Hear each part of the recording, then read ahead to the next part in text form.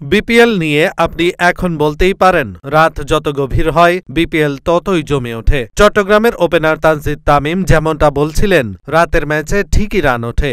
গতকালের সেই কথার প্রতিফলন দেখা গেল পরের ম্যাচেই। ফরচুন বরিশাল স্কোরবোর্ডে জমা করেছে ১৮৭ রান, সেটা আবার খুলনা টপকে গিয়েছে ১৮ ওভারেই। এভিন লুইসের বিধ্বংসী 50-র পর আনামুল হক বিজয়ের ৬৩ রানের ইনিংসে খুলনা পেয়েছে সহজ জয়। ম্যাচ সেরার পুরস্কার পেয়েছেন খুলনা টাইগার্সের অধিনায়ক বিজয়। তবে এদিন পুরস্কারের অর্থ নিজের কাছে রাখেননি তিনি। পুরস্কারের অর্থ দান করেছেন দেশীয় ক্রিকেটের পরিচিত কোচ জাফরুল এহসানকে। একসময় মোসাদ্দেক হোসেন সৈকত, মেহেদী হাসান মিরাজ, সাদমান ইসলাম, আবু হায়দার, রিফাত প্রধান, মুস্তাফিজুর রহমান, ইয়াসির আলী চৌধুরীদের নিয়ে গড়া বয়সভিত্তিক দলের কোচ ছিলেন। বিসিএল ওয়ালটন মধ্যাঞ্চলের হয়ে শিরোপাও জয় করেছিলেন জাফরুল এহসান। তবে এই মুহূর্তে তিনি আছেন মাঠ থেকে দূরে, হাসপাতালের বেডে ক্যান্সারের সঙ্গে লড়াই করছেন দেশের এই কোচ।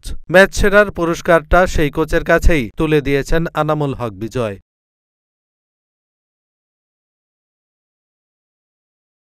এহসানুল হক, ঢাকা পোস্ট।